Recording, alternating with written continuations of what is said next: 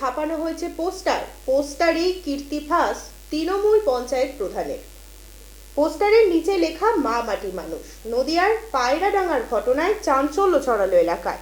জানা গিয়েছে Payradanga rail station সংলগ্ন প্রীতিনগর ভূদেব স্মৃতি স্কুলের সীমানার প্রাচীরে এদিন সাদা কাগজে ছাপা অক্ষরে লেখা বেশ কিছু পোস্টার নজর আসে স্থানীয়দের। পোস্টারে লেখা রয়েছে 7 লক্ষ মূল্যের জমি 37 লক্ষ টাকায় কেনা হলো কেন? ফাল্গুনী বিশ্বাস জবাব দাও। নিয়ম মেনে জমি কেনা হলো না কেন? ফাল্গুনী বিশ্বাস জবাব দাও। তার নিচে লেখা রয়েছে পায়রাডাঙ্গা নাগরিকবৃন্দ। পঞ্চায়েত প্রধান ফাল্গুনী বিশ্বাসের শাস্তি চাই, বিজয়েন্দু বিশ্বাসের শাস্তি চাই, মা মাটি মানুষ জিন্দাবাদ। ওই একই পোস্টার মিলছে সম্প্রতি পঞ্চায়েতের কেনা একটি চাষের জমিতে। যদিও ওই জমিতে শ্মশান তৈরির কথা রয়েছে।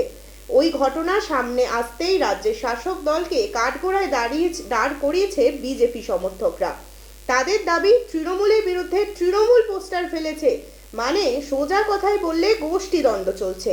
সারা পশ্চিমবঙ্গ জুড়ে এভাবেই অরাজকতা তৈরি করে চলছে রাজ্যের শাসক দল তৃণমূল কংগ্রেস। এসবের উত্তর সাধারণ মানুষকে দিতে হবে।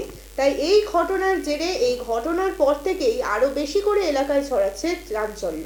জমি সংক্রান্ত বিষয় নিয়ে এর আগেও অনেক কথা হয়েছে, তো আপনারা সবাই জানেন বা সবাইকে আমরা জানিয়েওছি যে যথেষ্ট নিয়ম মেনে, আমি একই কথা বারবার বলবো যে আমরা নিয়ম মেনেই করেছি। তা সত্ত্বেও যদি পদ্ধতিগত কোনো ভুল হয়ে থাকে সেটা সম্পূর্ণ আমাদের না জানার কারণেই হয়েছে। তবে আমি একটা কথাই বলছি যে এই জমি সংক্রান্ত বিষয় নিয়ে একটি যা তদন্ত কমিটি তৈরি করা হয়েছে জেলার তরফ থেকে, ইতিমধ্যে তারা আমাদের পঞ্চায়েতে এসেছিলেন।